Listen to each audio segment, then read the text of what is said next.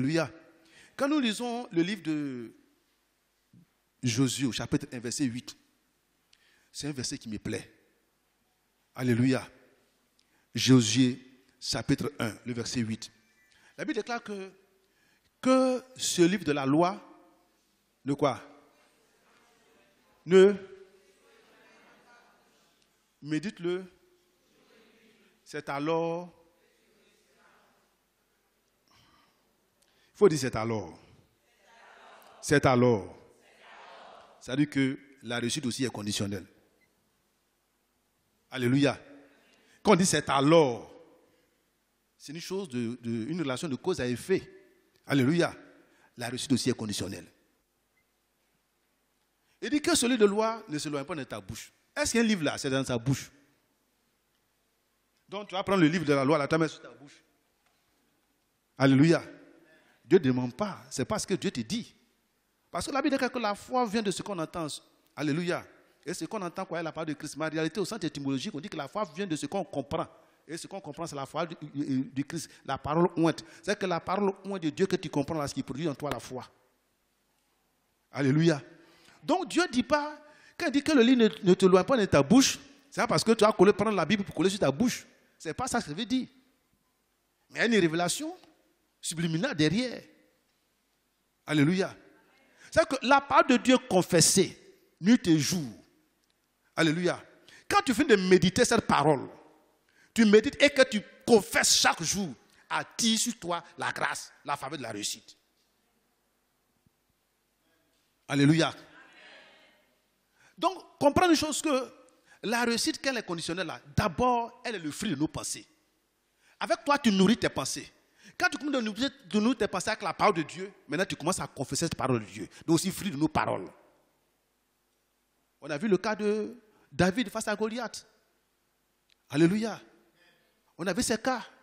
C'est dans la parole qu'il a gagné la bataille. La première chose, c'est de nourrir nos pensées de la parole de Dieu. On a le reflet de nos pensées. La Bible dit que c'est l'abondance du cœur que Dieu parle, mais c'est l'abondance de ce qui est rempli dans ton esprit que tu confesses. Mais si ton cœur, dans tes pensées rempli de mauvaises choses, c'est normal que tu parles de ces mauvaises choses. Donc la même manière de confesser une bonne parole, c'est d'abord remplir tes pensées de la parole de Dieu. Remplir tes paroles de la parole de Dieu. Quand tu médites là, nuit et jour là, c'est ça. Médite ces paroles nuit et jour là, c'est ça. Un chrétien qui ne lit pas, qui ne médite pas la parole de Dieu, il dit les chrétiens là, dimanche soir, prier. Mais sur quoi ta foi sera basée? Tu vas confesser quoi? Alléluia. Tu vas confesser quoi? Tu vas dire quoi à l'humanité? Tu vas dire quoi aux gens? Qu'est-ce qui remplit ton cœur? Qu'est-ce qui remplit tes pensées? Tu médites combien de fois la parole de Dieu par jour? Tu communiques combien de temps? Le premier, je l'ai dit une fois ici, c'est l'indiscipline. On n'a pas un calendrier, on n'a pas du temps véritable pour dire que chaque jour, je me donne au moins 15 minutes pour lire la parole de Dieu. Il n'est pas dit faire 30 minutes, 1 heure. Nous, on est pasteurs. Nous, c'est notre travail. Mais toi, prends au moins 15 minutes, lis au moins un seul verset. Et médite ce verset-là. Tu l'as rempli ta parole, tes pensées de quelque chose. Mais on se lève matin, on se lève, à peine même on oublie même de la prière, c'est dans le baka, quand le baka fait, hey, Seigneur, souviens-toi de moi parce que non. Et puis on attend que Dieu fasse quelque chose, des miracles pour nous. Il dit toujours, Dieu dit, mais il y a un processus. Quand Dieu a dit au peuple d'Israël, qu'il vous donne Canaan, un pays où coule le lait et le miel. Il a mis, quand dans le désert, il savait qu'il allait passer par le désert, il a mis colonne de feu et puis nuée. Alléluia, pour les éclairer, afin qu'ils ne se perdent pas. Parce que dans le désert, il n'y avait pas de chemin. Donc quand Dieu te dit que mon fils, je t'appelle à la réussite, ma fille, je t'appelle à la réussite, je te fais dans telle activité pour que tu réussites, tu as besoin d'être orienté par cette parole de Dieu et par la puissance du Saint-Esprit. Donc si tu ne la médites pas, tu vas réussir comment? Si tu ne prends pas des instructions, tu vas reconnaître. La pensée secrète là se retrouve où? Dans la parole de Dieu. Et dans la parole de Dieu va te donner l'illumination de pouvoir comprendre, non pas comme tout le monde le lit, mais de comprendre le logos qui est écrit là, et de marcher dans cette grâce là et d'atteindre le succès. Alléluia. Mais si tu ne médites pas, qu'est-ce qui va se produire dans ta vie? Si tu ne touches pas à cette parole, qu'est-ce qui va se réaliser dans ta vie? Si tu ne lis pas, si tu ne médites pas, tu vas dire quoi à qui? Mais quand tu lis, tu es serein. Parce que c'est quand tu as médité et que tu as une bonne attitude face aux événements. Alléluia.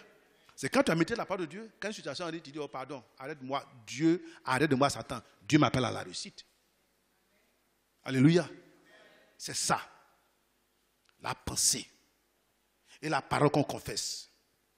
Troisième chose, pour comprendre que la réussite aussi est le fruit vraiment de nos actions.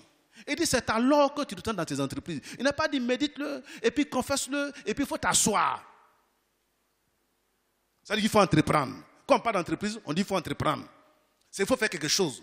Il faut être en action, il faut être en mouvement. Alléluia. Donc le mouvement que tu vas faire là, tu as bien des instructions de Dieu pour faire ces mouvements-là. Chacun de nous fait un mouvement. Chacun de nous fait quelque chose. Mais pour que ces choses-là puissent t'amener à la réussite, tu as bien de voir les instructions, de méditer, de confesser et d'entreprendre selon les voies de Dieu. Selon les voies de Dieu. Et ces voies se trouvent où ça? Dans sa parole. Alléluia. Alléluia. La quatrième et dernière chose qui est encore plus importante, qui conditionne la réussite, c'est la crainte de Dieu. J'ai dit tout à l'heure, dans le verset que nous avons lu concernant la parole, concernant le psaume 25, il dit la crainte de Dieu, il dit l'amitié de l'Éternel pour ceux qui le craignent. Si tu ne crains pas Dieu, tu peux être son ami. Et si tu n'es pas ton ami, il ne peut pas te révéler des pensées secrètes. Alléluia. Quand tu es dans la crainte de Dieu, Dieu commence à te communiquer ses pensées secrètes. Et ces pensées secrètes-là te donnent de dominer. Je vous dis quelque chose. Ceux qui dominent le monde, ce sont les innovateurs. Ce sont les innovateurs. Ceux qui ajoutent toujours quelque chose à l'humanité. Alléluia.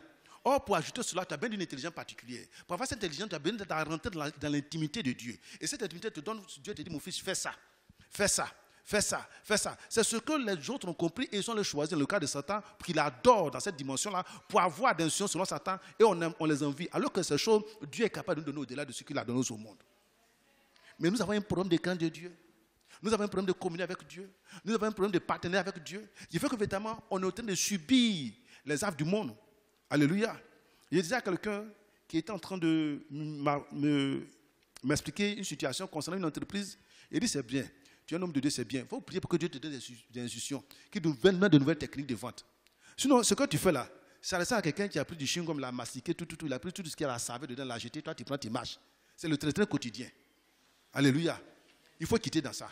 Donne à Dieu de te donner cette grâce pour que toi aussi tu sois un innovateur. Les nouvelles stratégies que les gens utilisent pour vendre, là, toi tu puisses trouver une autre stratégie qui marche plus que parce que Dieu est capable de te montrer une autre stratégie. Parce que les stratégies évoluent chaque jour. Or, c'est Dieu qui donne cette intelligence aux gens. Dis à Dieu de te donner cette intelligence-là. Alléluia. Alléluia. Voici comment Dieu nous aide pour la réussite. Souvent, les gens ne sont pas là. Mais quand Dieu dit dans le livre de Jérémie 29, verset 11, qu'il connaît le plan qu'il a pour toi, ce n'est pas un plan de malheur, c'est un plan de bonheur. Mais le plan là, on a besoin de mettre ce plan en exécution. Il a investi en nous pour ça. Il a mis des talents en nous pour ça, des dons en nous pour ça. Et nous, on la voit pour dire que toi, c'est investissement dans toi et qu'il est renouvelé chaque jour. Une fois qu'il les a renouvelés dans ta vie, tu as besoin véritablement de comprendre que la réussite n'est pas quitter dans le travail et chercher l'intelligence, la compétence qu'il faut. Alléluia. Alléluia. C'est en Afrique seule qu'on voit des gens qui sont instituteurs et qui vont à la retraite instituteurs. Alléluia. Parce qu'ils ne savent pas que même dans ça, là, il y a un plan de progression de Dieu dans nos vies pour ça.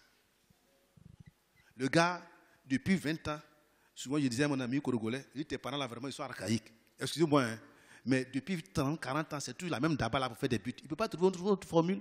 Toi, tu es là, tu ne peux pas prier pour que tu nous montres une autre formule pour qu'on fasse les buts. C'est toujours même les mêmes vieilles d'abord là que vous utilisez. Ça, c'est en Afrique seule.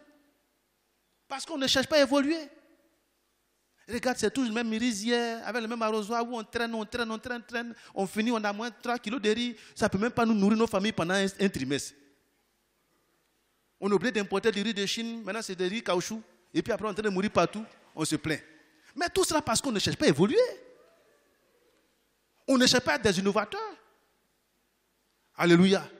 Alléluia. C'est la même chose. On imite toujours les mêmes choses. On n'ajoute pas quelque chose à l'humanité. Regardez un peu le monde que nous vivons. Aujourd'hui, ce de quoi nous nous réjouissons de la réjouissons des autres. Notre luxe, le luxe que nous recherchons, le bien-être que nous